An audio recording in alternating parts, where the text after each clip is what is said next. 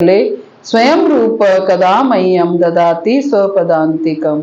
वन्देऽहं श्रीगुरो श्रीयुतपत्कमलं श्रीगुरून् वैष्णवांशं श्रीरूपं साग्रजातं सगण रघुनाथान्वितं तं सजीवं साद्वैतं सावधूतं परिजन सहितं कृष्ण चैतन्य देवं श्री राधा कृष्ण पादान् सगण ललिता श्री विशाखान्वितांच।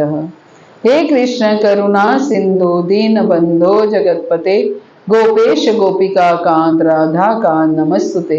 तप्त कांचन गौरांगी श्री राधे वृंदावनेश्वरी वृषभानुसुते देवी प्रणमामि हरिप्रिये। वाञ्छा कल्पतरुभ्यश्च कृपा सिन्धुभ्यैव च पतितानां पावनेभ्यो वैष्णवेभ्यो नमो नमः। जय श्री कृष्ण चैतन्य प्रभु नित्यानंद श्री अद्वैत गदाधर श्रीवासादि गौर भक्त वृंद। हरे कृष्णा कृष्णा कृष्णा हरे हरे, हरे राम राम राम हरे हरे। हरे कृष्ण। ओम नमो भगवते वासुदेवाय। भगवते वासुदेवाय। ओम नमो भगवते वासुदेवाय। भगवते वासुदेवाय। ओम नमो भगवते वासुदेवाय। भगवते वासुदेवाय। नारायणं नमस्कृत्य नरं चैव नरोत्तमं देवीं सरस्वतीं व्यासा ततो जयमुदीरये। नष्टप्रायेषु अभद्रेषु नित्यं भागवत सेवया भगवती उत्तम श्लोके भक्तिर्भवति नैष्ठिकी। ग्रंथराज श्रीमद् भागवतम की जय। ग्रंथराज श्रीमद् भागवतम स्कंद 1 अध्याय 4 में से हम पढ़ रहे थे पिछली क्लास में कि कैसे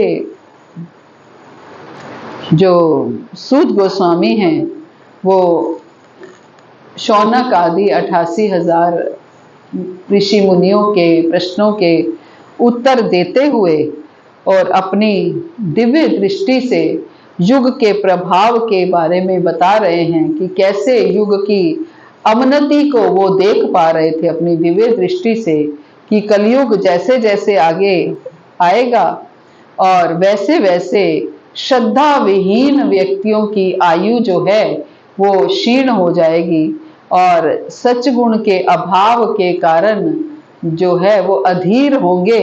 और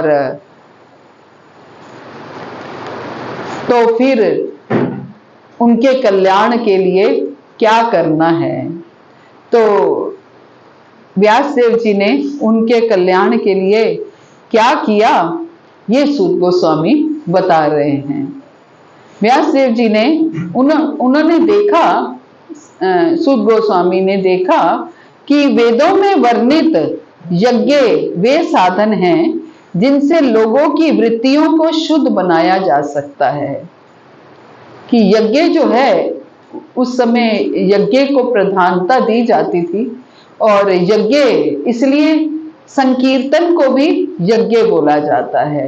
यज्ञ किसी भी तरीके से हो जाता है। हम भगवत गीता में पढ़ रहे हैं यज्ञ का अर्थ क्या होता है। यज्ञ का अर्थ केवल जो है अग्नि कुंड में हवन कुंड में आहुति देना नहीं है।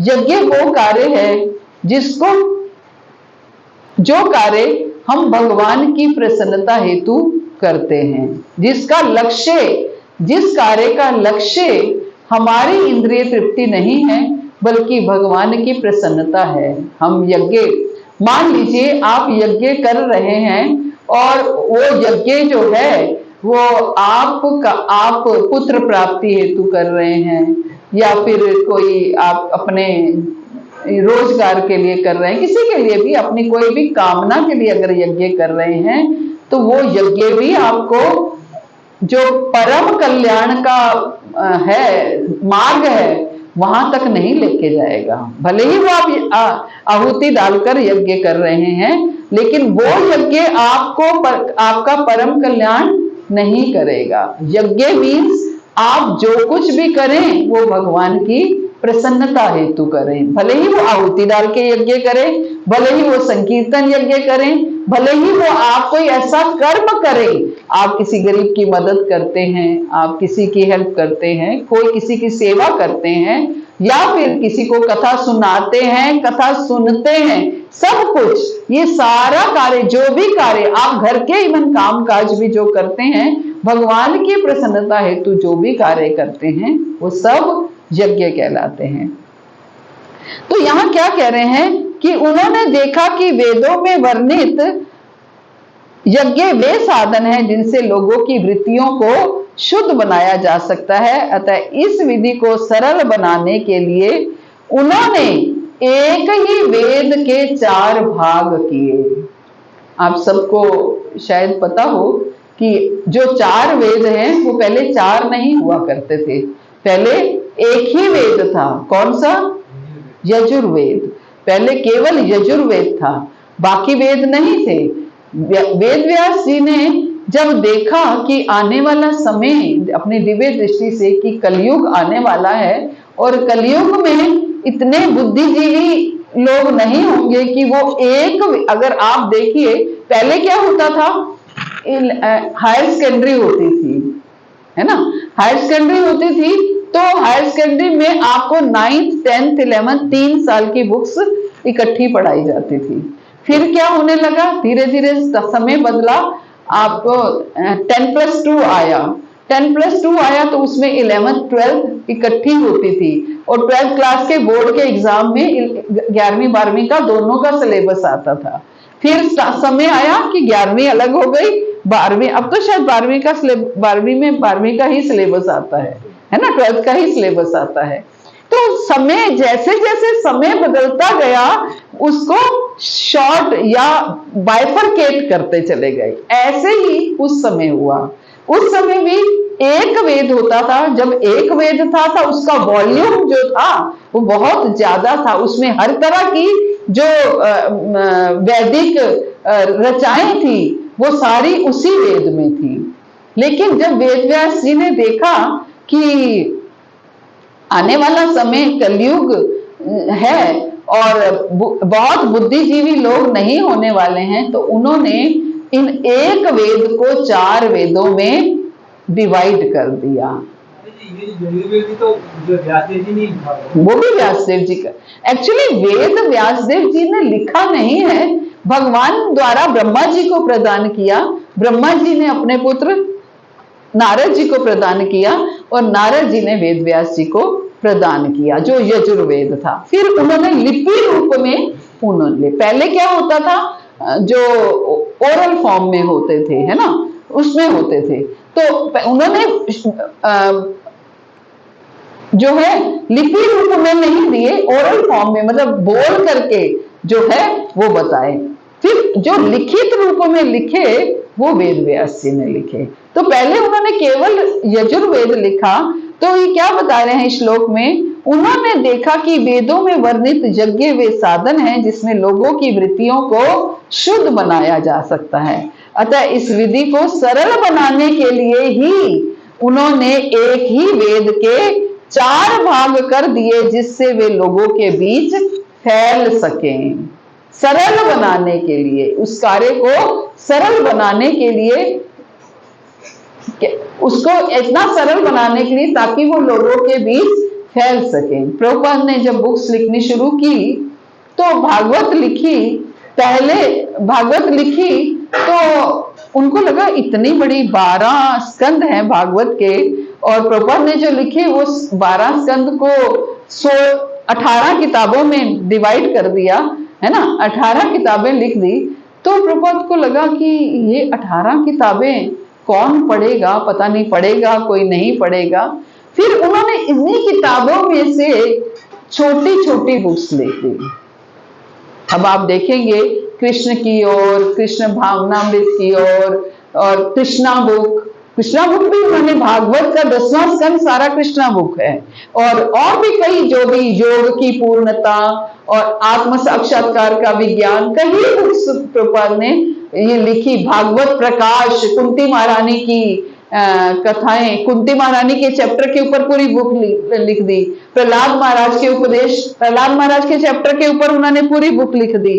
फिर वो जो एक और कौन सी बुक है इनके ऊपर, कुंती महारानी, भीष्म पितामह वाली, उनके ऊपर पूरी बुक। ऐसे करके प्रभुपाद ने भागवत में से एक एक अध्याय या मुख्य जो अध्याय थे उसके ऊपर अलग अलग छोटी छोटी बुक्स लिख दी, ताकि अगर कोई पूरी भागवत नहीं पढ़ता तो कम से कम एक एक इन कथाओं को पढ़ पाए।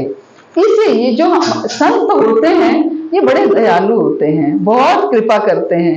एक एक चीज के बारे में, अपने भक्तों के बारे में वो इतना सोचते हैं, और ये भी जानते हैं कि आने वाला जो युग है, आने वाला जो समय है, वो इतना समय नहीं निकालेगा कभी भी। और वो जो है पूर्ण रूप से उनका समय केवल भौतिक ऐश्वर्यों में जाएगा, इसलिए शॉर्ट रूप में जो है वो ऐसे हमें प्रदान करते हैं, ताकि हम इनके ये पढ़ करके अपना कल्याण कर सकें। हाँ, अगर हम ये भी नहीं पढ़ेंगे तो कल्याण कैसे होगा मुझे नहीं पता है, लेकिन वो अपना पूरा प्रयास करते हैं कि इन सबको थोड़ा थोड़े रूप में देते रहें।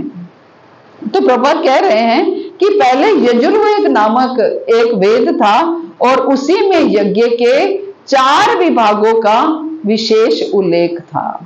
यजुर्वेद में ही यज्ञ के 4 विभागों का उल्लेख था, लेकिन उन्हें अधिक सरल बनाने के उद्देश्य से वेद को यज्ञ के 4 विभागों में बांट दिया गया, जिससे चारों आश्रमों के वृत्तिपरक धर्म शुद्ध हो सके, जिससे कि चारों आश्रमों के धर्म शुद्ध हो सके। 4 आश्रम कौन से हैं?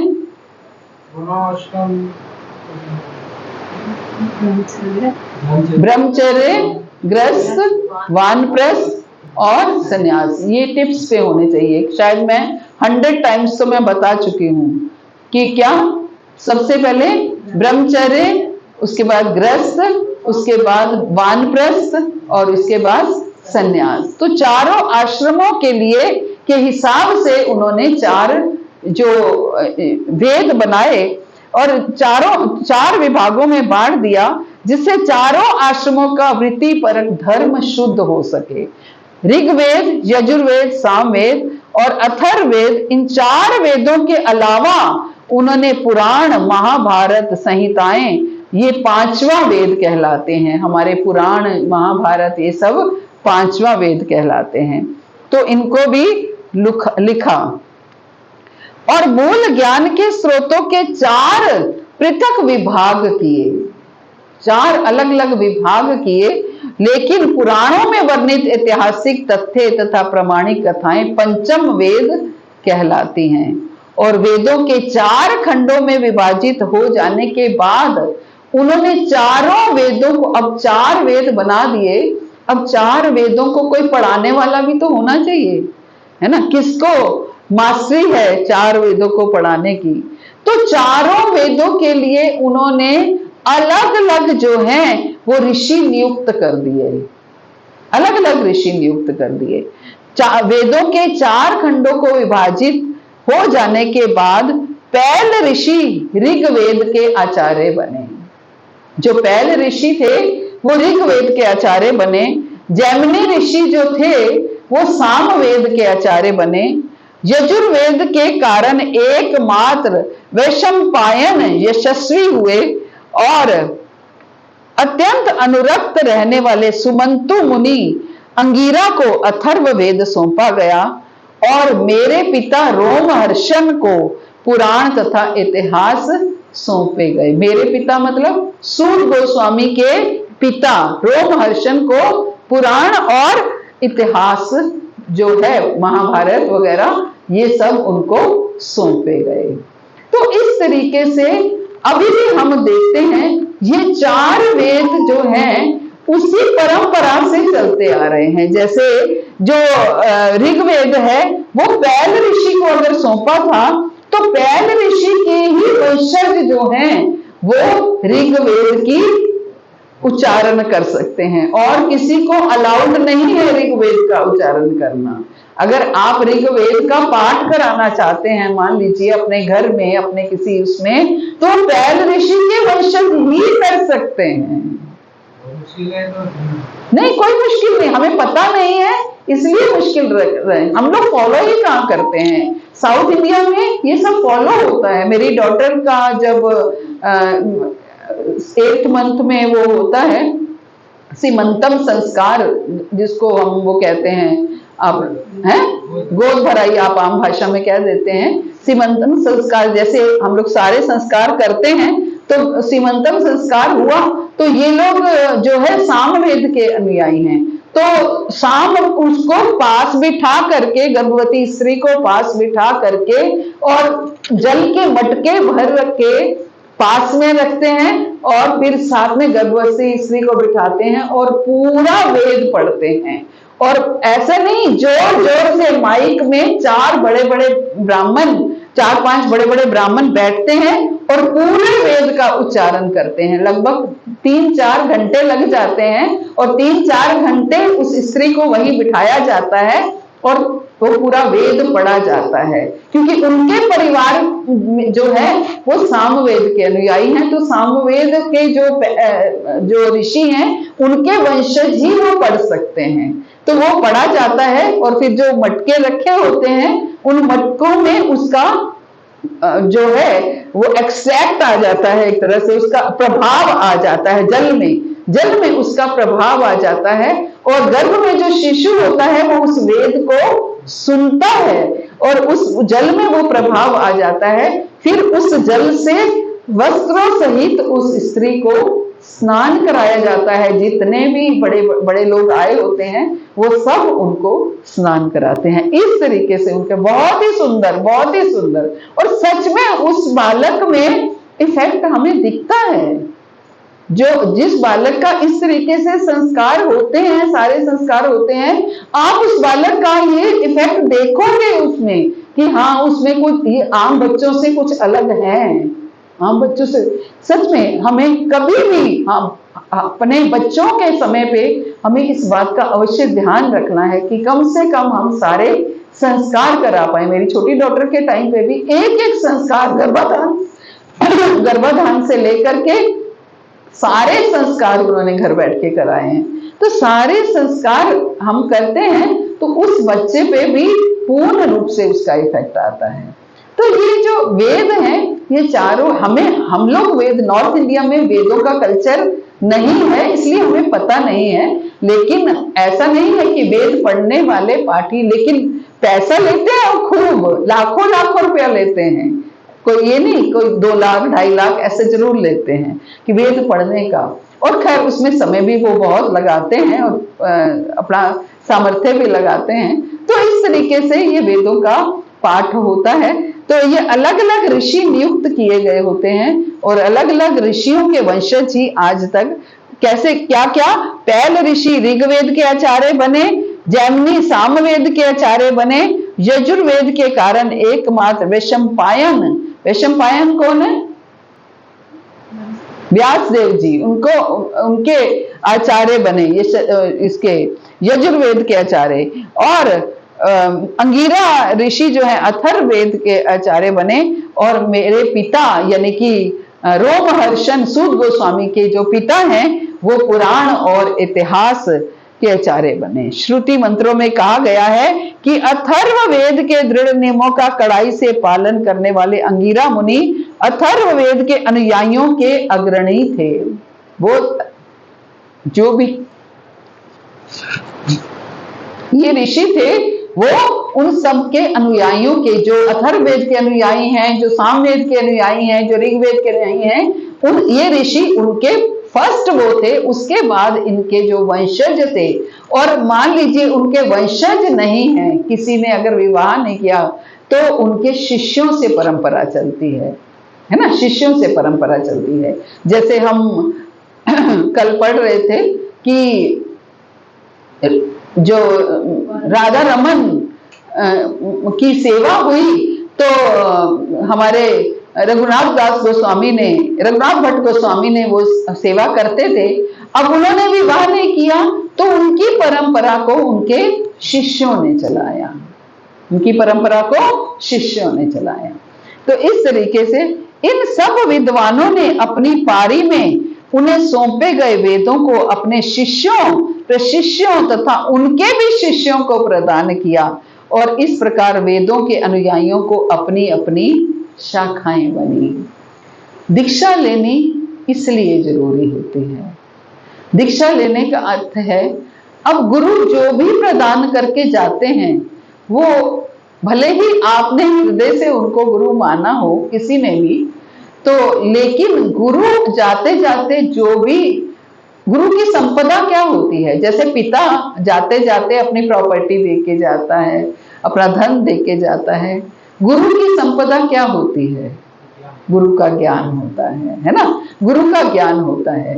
तो गुरु जाते जाते ज्ञान, सेवा ये अपने शिष्यों को भी दे पाते हैं, क्योंकि उनके शिष्य ही उनके अधिकारी होते हैं। पिता अगर अपनी जायदाद में से अपने बच्चों के अलावा किसी और को अगर दे देता है, मान लो कुछ, तो बच्चे देखो कैसे बवाल खड़ा कर देंगे, है ना। तो ऐसे ही गुरु भी अपने सब कुछ, जो कुछ भी उसके पास होता है, हम देखो हमारे महाराज ने पिछले 7, 8, 10 साल से कम तैयारी करनी शुरू कर दी थी, बुक्स लिखनी शुरू की, ताकि मेरे पास जो भी ज्ञान है वो मैं अपने शिष्यों को दे करके जाऊं, बता करके जाऊं, ताकि वो इस ज्ञान को आगे बांट सके, डिस्ट्रीब्यूट कर सके। यस, और क्या 10 साल हुए होंगे साधु संत को लिखे हुए, और ज्यादा थोड़ी हुए हैं, 30 के आसपास बुक्स हैं, सब 10 साल में लिखी है।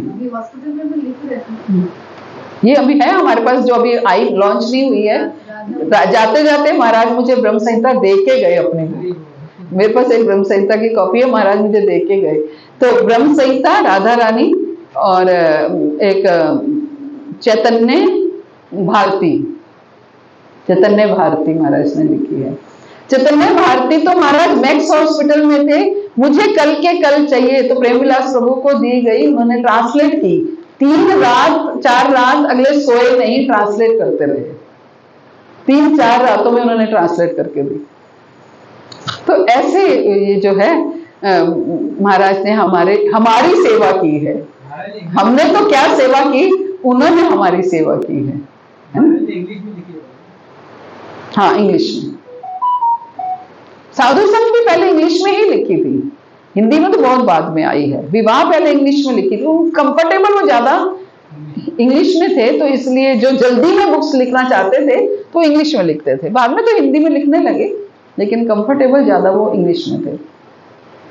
तो इस तरीके से जो गुरु होते हैं वो अपना सब कुछ अपने शिष्यों को दे के जाते हैं, अपना ज्ञान, अपना व्यवहार, कैसे रहना है, आपको कैसे आगे डील करना है, कैसे संसार में रहना है, कैसे प्रचार में डील करना है, ये सब गुरु समझा के जाते हैं।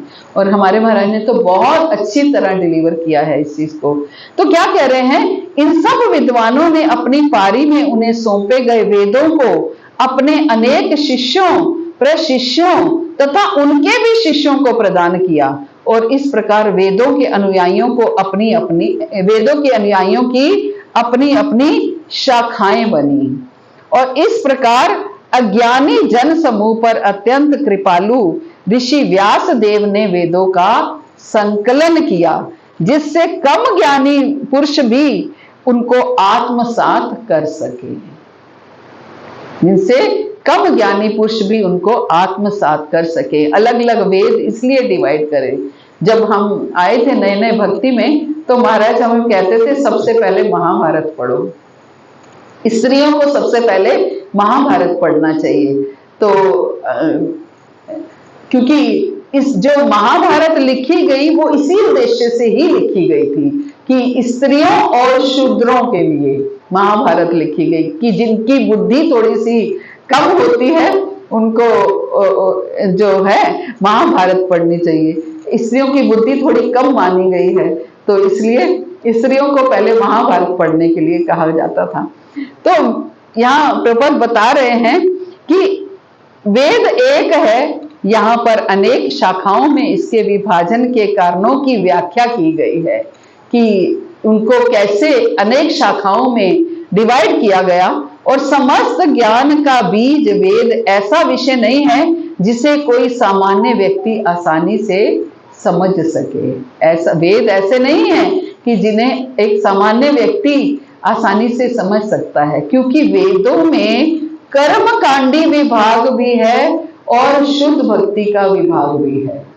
उसी में ही कर्मकांडी भक्ति भी दी हुई है। अब जैसे हमारे जो भी कर्मकांडी व्रत हैं, उपवास हैं, हम आज करवा चौथ कर रहे हैं, आज अहोई अष्टमी कर रहे हैं, आज कोई भी, आज सोमवार का व्रत है, आज इसका व्रत है, आज जिस व्रत के पीछे भी हमारी कोई कामना छिपी हुई है, कुछ पाने के लिए, पति की लंबी आयु, बच्चों की लंबी आयु, इसके लिए हम व्रत करते हैं। ये सब वेदों का ही एक्सट्रैक्ट है, वेदों से ही निकले हैं। ऐसा नहीं है कि वेदों से नहीं निकले हैं, लेकिन वेदों में साथ के साथ शुद्ध भक्ति के बारे में भी बताया गया और भगवान को परम पुरुष के नाम से बताया गया कि जो परम पुरुष को प्राप्त करना चाहता है, जो परम पुरुष को प्रसन्न करना चाहता है, उनको इस कर्मकांडी भक्ति से हटना पड़ेगा।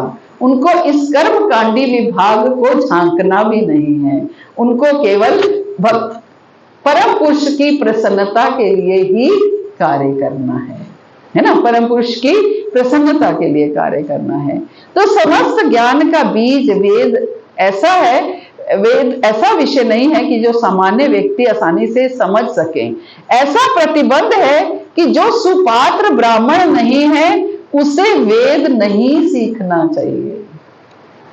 क्या कह रहे हैं प्रभुपाद कि जो सुपात्र ब्राह्मण नहीं है उसे वेद नहीं सीखना चाहिए, उसे प्रयास भी नहीं करना चाहिए। कई लोगों को बड़ा होता है मैं वेद पढ़ूं, वेदों को सीखूं, लेकिन सुपात्र ब्राह्मण यानी कि जिस ऋषि को वो दिए गए वेद, उन्हीं के शिष्य या उन्हीं की वंशज ये सब कर सकते हैं, वो पढ़ सकते हैं, समझ सकते हैं, लेकिन हम सब जो है इसके लिए पात्रता नहीं है हमारी, है ना, हमारी पात्रता नहीं है। तो सुपात्र जो है वो ब्राह्मण पढ़ सके। इस प्रतिबंध की कई प्रकार से गलत व्याख्याएं की गई। मनुष्यों का एक वर्ग ब्राह्मण कुल में जन्म लेने के कारण ही ब्राह्मण योग्यता का दावा करता है और वह वेदों के अध्ययन को ब्राह्मण जाति का एकाधिपत्य मानता है। क्या कह रहे हैं कि मनुष्यों का एक वर्ग है जो ब्राह्मण कुल में पैदा होता है तो अपने आप को ब्राह्मण कहता है और अपना एक तरह से ना एकल अधिकार, हमारा ही अधिकार है कि हम उस पर ये सब पढ़ सकें या समझ सकें। एक दूसरा वर्ग है लोगों का, इसे उन जाति वालों पर अन्याय बताता है। दूसरा वर्ग क्या कहता है, क्यों हम क्यों नहीं पढ़ सकते, हम क्यों नहीं, हम ब्राह्मण कुल में पैदा नहीं हुए तो इसका हमारा क्या दोष है, तो हम क्यों नहीं पढ़ सकते। वो इसको अन्याय बताता है जो ब्राह्मण कुल में जन्म नहीं ले पाते। लेकिन ये दोनों ही प्रभुपाद कहते हैं दिग्भ्रमित हैं, दोनों ही दिग्भ्रमित हैं, दोनों ही भटके हुए हैं। वेदों का विषय ऐसा है जिसकी व्याख्या स्वयं भगवान ने ब्रह्मा के लिए की थी। वेद क्या है, स्वयं भगवान ने ब्रह्मा के लिए व्याख्या की, अतः विलक्षण सतोगुणी व्यक्ति ही इस विषय को समझ पाते हैं। इसलिए कहा गया, ब्राह्मणों को इसलिए कहा गया कि ब्राह्मण जो हैं वो सतोगुणी हैं, सतोगुणी होते थे, लेकिन आज समय बदल गया है, ब्राह्मण भी सतोगुणी नहीं रहे। इसलिए हमारे इस्कॉन में क्या है, ब्राह्मण दीक्षा दी जाती है। ब्राह्मण दीक्षा किसको दी जाती है, जो पूर्ण रूप से सतोगुणी हो चुका है, जो पूर्ण रूप से कृष्ण पर आश्रित हो चुका है, वो ब्राह्मण दीक्षा ले सकता है। आज वो भी ब्राह्मण दीक्षा की होड़ लग गई है कि हमें ब्राह्मण दीक्षा दी जाए, हमें ब्राह्मण दीक्षा दी जाए, भले ही पूर्ण रूप से वो कृष्ण पर आश्रित है या नहीं है ना।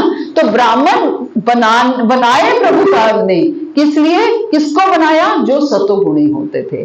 तो सतोगुणी, जो पूर्ण रूप से सतोगुणी व्यक्ति इस विषय को समझ सकते हैं। रजोगुणी तथा तमोगुणी लोग वेद विषय को नहीं समझ पाते। वैदिक ज्ञान का चरम उद्देश्य भगवान श्री कृष्ण है। जो रजोगुणी व्यक्ति है वो कैसे ये समझ पाएगा कि मुझे कर्मकांडी भक्ति नहीं करनी है। उसको तो भौतिक इंद्रिय तृप्ति के लिए ही पूजा करनी है, जो भी अपने धार्मिक अनुष्ठान करने हैं अपनी इंद्रिय तृप्ति के लिए करने हैं, है ना। जो रजोगुणी व्यक्ति है या जो तमोगुणी व्यक्ति है, मुझे याद है मैं नई नई भक्ति में आई तो जो भी व्रत करो तो हर कोई ये पूछता था, ये आप किसके लिए करते हो, किसके लिए करते हो। आप किसी भी भौतिक व्यक्ति से बात करोगे तो सबसे पहले आपसे ये पूछा जाएगा, आप जो ये कर रहे हो किसके लिए कर रहे हो, है ना, क्या पाने के लिए कर रहे हो, है ना, क्या पाने के लिए कर रहे हो। तो इस तरीके से जो लोग रजो तथा तमोगुणी हैं वे भगवान को बहुत कम समझ पाते हैं। सतयुग में प्रत्येक व्यक्ति सतोगुणी होता था। धीरे धीरे त्रेता तथा द्वापर युगों में सतोगुण का ह्रास होता गया और जनता भ्रष्ट होती गई। आधुनिक युग में सतोगुण लगभग शून्य है, लगभग शून्य है। अतएव जनता के हित के लिए परम दयालु संपन्न ऋषि शील व्यास देव ने वेदों को अनेक प्रकार से विभक्त कर दिया, जिससे वह रजोगुण और तमोगुण वाले अल्पज्ञ कम ज्ञानी द्वारा भी समझे जा सके। इसलिए वेदों को 4 हिस्सों में कर दिया गया कि ताकि जो रजोगुणी लोग हैं वो भी इसको समझ सकें, तमोगुणी लोग हैं वो भी इससे समझ सकें, और इसको उसको उसी हिसाब से डिवाइड कर दिया गया। और ऋषि भी उसी हिसाब से डिवाइड कर दिए गए, है ना, ऋषि भी उसी हिसाब से डिवाइड कर दिए गए। ये शास्त्रों का जो है, वेदों का डिवीजन है। तो इसलिए हमें हमारे शास्त्र क्या हैं, 4 हमारे शास्त्र भगवद गीता और भागवतम, इन्हीं में ही सारे वेदों का निचोड़ है। क्योंकि वेद, अब हम आगे पढ़ेंगे, वेद व्यास जी ने अंत में क्या लिखा, अंत में क्या लिखा, अंत में क्या लिखा, भागवतम लिखी, सारे शास्त्र लिख लिए, 4 वेद लिख लिए, 18 पुराण लिख लिए, 108 उपनिषद लिख लिए, लेकिन फिर भी महाभारत, ये सब कुछ लिख लिया, लेकिन फिर भी संतुष्टि नहीं हुई, फिर भी संतुष्टि नहीं हुई। मन विचलित है कि इतना सब कुछ लिख लिया फिर भी मन बड़ा विचलित है।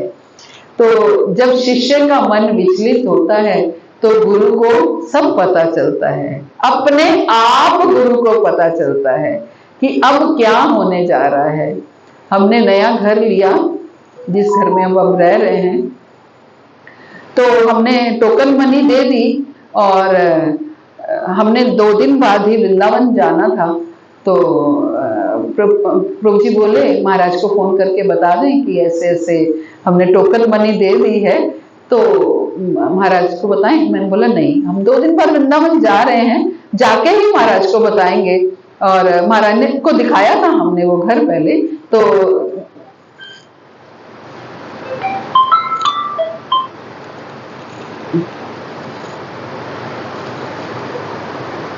हरे कृष्ण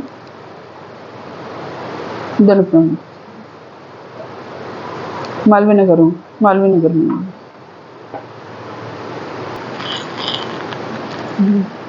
तो मैंने प्रभु जी को बोला कि हम जाकर के महाराज को बताएंगे, अभी टोकन मनी ही तो दी है, तो जाकर के बताएंगे। अभी हम जिस दिन टोकन मनी दे करके आए, सुबह सुबह मेरे को गुरु माँ का फोन आ गया। नेक्स्ट डे, हमने डे आफ्टर उसमें जाना था, नेक्स्ट डे सुबह सुबह मेरे को गुरु माँ का फोन आ गया कि गुरु माँ कहने लगी महाराज की एक कब्र, हम गुरु माँ महाराज की है हमारे यहाँ पर, पुराने घर में भी थी अब भी है। तो गुरु माँ मुझे कहने लगी महाराज मुझे कह रहे हैं अपनी कब्र जाकर के खाली कर दो, उन्होंने घर शिफ्ट करना है। तो मैंने कहा गुरु माँ आपको किसने बताया? मैं ऑफिस में थी, मैं ऑफिस पहुंच चुकी थी, पहुंचते ही फोन आया। मैंने कहा गुरु माँ, तो मुझे लगा मैंने प्रभु जी को गुस्सा आ गया मुझे, मैंने प्रभु जी को मना भी किया था कि आप महाराज को मत बताना, हम जाकर के बताएंगे, और प्रभु जी ने फोन कर दिया। मैंने गुरु माँ आपको किसने बताया कि ऐसे ऐसे हमने टोकन मनी दी है? हमें किसी ने नहीं बताया, महाराज तो ऐसे कह रहे थे कि हाँ घर खाली करना है, तो आप उन्होंने वो जो घर उनका डिसाइड हो चुका है, तो आप जाके उनकी कबड़ खाली करो, तभी तो वो घर शिफ्ट करेंगे। तो मैंने प्रभु जी को बोला, हम इतने हैरान हुए कि अभी हम टोकन मनी दे करके आए हैं, लेकिन महाराज को वहां पता चल गया कि हाँ हमारा क्योंकि हम बहुत सारे देख रहे थे, जैसे अब कोई देखता ही है, तो उसी में ही हम कंफ्यूज थे जैसे। तो लेकिन महाराज को ये पता चल गया कि हमने सिलेक्ट किया है। तो गुरु को सब पता चलता है कि भक्त मेरे शिष्य के हृदय में क्या भावना आई। बहुत पहले हम लोग वृंदावन गए, तब मेरी बड़ी डॉटर की भी अभी मैरिज नहीं हुई थी, तो हम पहले मंदिर में गए और वहां पर श्रृंगार आरती चल रही थी। मैंने उस समय पहली बार श्रृंगार आरती देखी थी। तो श्रृंगार आरती चल रही थी, तो मैं वहां पर श्रृंगार आरती के समय क्या होता है, भगवान को श्रृंगार किया जाता है, उसके बाद शीशा दिखाया जाता है भगवान को। तो मैं और मेरे बच्चे थे, तो हमने देखा कि भगवान को शीशा दिखाया जा रहा है। बहुत अच्छा लगा हमें कि देखो कितनी अच्छी भावना है ना, कि भगवान को तैयार किया है और अब शीशा दिखाया।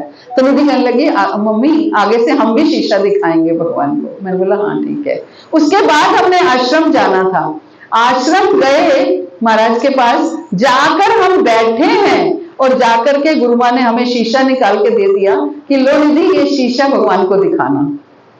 हमने भी सोचा है कि हम शीशा दिखाएंगे, शायद हम खरीदते ना खरीदते, लेकिन उन्होंने जाते ही हमें वो शीशा दे दिया कि ये शीशा दिखाना। तो इस तरीके से गुरु सब जानते हैं। हम केवल, हमें ऐसा लगता है कि हम अपने हिसाब से कर रहे हैं, चलाने वाले वही हैं। तो ये गुरु अपने शिष्यों को भी जानते हैं, किससे क्या करवाना है, किसको क्या सेवा देनी है, वो अच्छे से जानते हैं।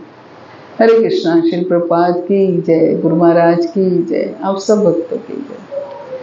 तो किसी का कोई प्रश्न हो या एडिशन हो तो कर सकते हैं। मतलब जी व्यासदेव जी ने सारे शास्त्री के जो लिखे, उनको संतुष्टि नहीं दी, उनके गुरु में आके उनको, हाँ मैं थोड़े स्टार्ट तो यहीं से किया था, मैं भूल गई। तो उनको ज्ञान दिया और वो फिर उन लोगों को कहा कि भाई आपने भगवान के बारे में नहीं लिखा, सारे देवताओं के बारे में लिख दिया और आपने कंफ्यूज कर दिया, आपने लोगों को कंफ्यूज कर दिया, आपने क्लियर नहीं किया कि भगवान कौन है। और सकाम भक्ति के बारे में आपने ज्यादातर ज्ञान दिया। तो फिर उन्होंने भागवतम की रचना की कि हम जैसे जानते हैं। अच्छा माता जी, जैसे अभी हमने क्लास में भी देखा कि भाई ये सारा जो है ज्ञान, जो वेदों का ज्ञान है वो भगवान के माध्यम से आया, भगवान ने दिया है। तो भगवान ने ये सकाम भक्ति वाली बात भी उन वेदों ने कही होगी, उन्होंने ज्ञान दिया। तो ये जो विरोधाभास है ये थोड़ा समझाइए। आपका प्रश्न है तो भगवान ने सकाम भक्ति बनाई ही क्यों, इन नटशेल यही प्रश्न है ना। तो भगवान ने फिर सकाम भक्ति बनाई ही क्यों, निष्काम में ही क्यों ना रह गए। तो अगर सकाम भक्ति भगवान नहीं बनाते तो बहुत से लोग ऐसे होते, बहुत से नहीं अधिकतर लोग ऐसे होते जो कुछ भी नहीं करते, जो कुछ भी नहीं करते। वो सोचते किसने देखा है कल गोलोक मिलेगा, स्वर्ग मिलेगा, वैकुंठ मिलेगा, क्या मिलेगा मरने के बाद, किसने देखा है। अभी फिर भी जो लोग इन चीजों पे बिलीव नहीं करते तो कम से कम कुछ डर के मारे, कुछ पाने के लिए कुछ तो करते हैं, है ना। कुछ कोई जल चढ़ा देता है, कोई दिया जला देता है, कम से कम अपनी सुख शांति समृद्धि के लिए, अपने ग्रस्त जीवन को सही तरीके से चलाने के लिए रोज एक दिया ही जला देता है। कोई परिक्रमा कर लेता है, कोई भंडारे कर रहा है, कोई क्या कर रहा है, कुछ तो कर रहा है। तो यूं ही सकाम करते करते करते करते कभी तो ऐसा समय आएगा कि कोई ऐसी सुकृतियां उनकी एकत्रित हो जाएंगी जब वो निष्काम भक्ति की ओर बढ़ पाएगा। अदरवाइज निष्काम भक्ति की ओर बढ़ने वाले मुट्ठी भर लोग भी नहीं हैं, मुट्ठी भर भी नहीं हैं।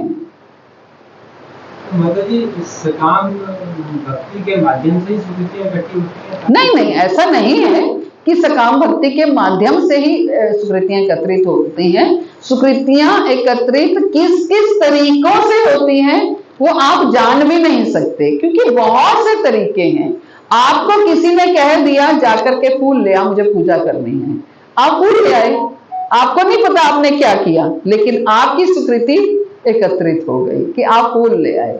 आप रथ यात्रा या शोभा यात्रा जा रही है तो किसी आपने अपनी तरफ से किसी को पानी नहीं पिलाया, किसी भक्त ने यात्रा में चलते हुए आपको बोल दिया मुझे प्यास लग रही है, थोड़ा पानी दे दोगे, जो घर था उसमें, तो उस भक्त ने पानी पिलाया तो 4 भक्तों को और पिला दिया, उसकी सुकृति एकत्रित हो गई। सुकृति की कोई पैरामीटर नहीं है। जो काम निष्काम भाव से सेवा हेतु किया जाए वो सुकृति हो जाता है, वो कुछ भी हो सकता है। जो कार्य भी हम निष्काम भाव से, कुछ भी पाने के लिए नहीं, सेवा भाव से हम करते हैं, वो सुकृति बन जाता है। तो सकाम भाव से किए गए कार्य तो फिर सुकृति बन नहीं सकते? नहीं, सकाम में भी तो कभी कभी तो निष्काम हो जाता होगा ना। हमेशा आप देखो, पहले आप भी सकाम भक्ति करते होगे, हमने भी की, सबने की, है ना, लेकिन कभी तो बीच बीच में, हमेशा तो कोई कामना नहीं होती ना, बीच बीच में निष्कामता भी होती है ना, उसी से सुकृतियां एकत्रित हो जाती हैं। और किसी का प्रश्न? चलिए। वाञ्छाकल्पतरुभ्यश्च कृपा सिन्धुभ्येव च पतितानां पावनेभ्यो वैष्णवेभ्यो नमो नमः। अनंत कोटि वैष्णव वृंद की जय। जगतगुरु शील प्रभुपाद की जय। परम करुणामय गुरु महाराज की जय। आप सब भक्तों की जय। हरे कृष्ण।